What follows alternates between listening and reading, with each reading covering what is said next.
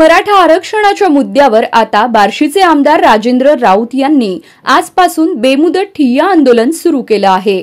मराठा आरक्षणासाठी राज्य सरकारने विशेष अधिवेशन बोलवावं अशी त्यांची मागणी असून जोपर्यंत विशेष अधिवेशन बोलावलं जात नाही तोपर्यंत हे आंदोलन सुरू राहणार आहे।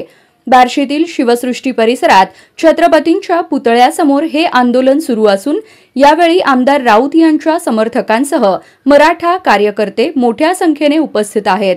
रोज सकाळी 10 ते 6 या वेळेत हे ठिय्या आंदोलन घेणार आहेत।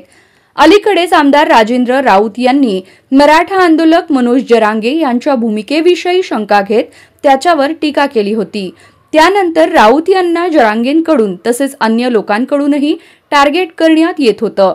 त्याला आमदार राऊत यांनीही तोडीस तोड भूमिका घेत उत्तरे दिली।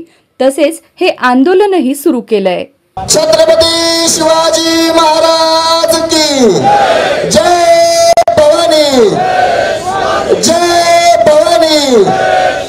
एक मराठा, एक मराठा झालंच पाहिजे, झालंच पाहिजे। विशेष अधिवेशन झालंच पाहिजे, अरे झालंच पाहिजे, झालंच पाहिजे, झालंच पाहिजे, झालंच पाहिजे, अरे झालंच पाहिजे, झालंच पाहिजे। एक मराठा, एक मराठा। छत्रपती शिवाजी महाराज की